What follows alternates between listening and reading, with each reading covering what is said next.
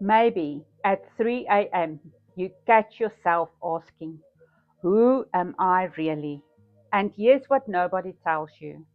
You're living as two people. There's the survival version, what society conditioned you to be, and then there's your original blueprint, who God actually designed you to be. Most of us spend our entire lives optimizing the wrong one.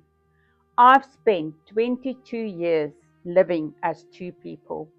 Then I discovered something that completely changed everything.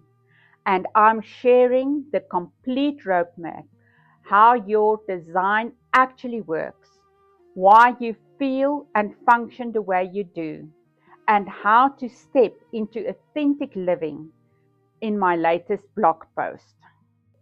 The complete roadmap is linked in the description below. Read the full breakdown of how your design works and subscribe so that you don't miss the next one.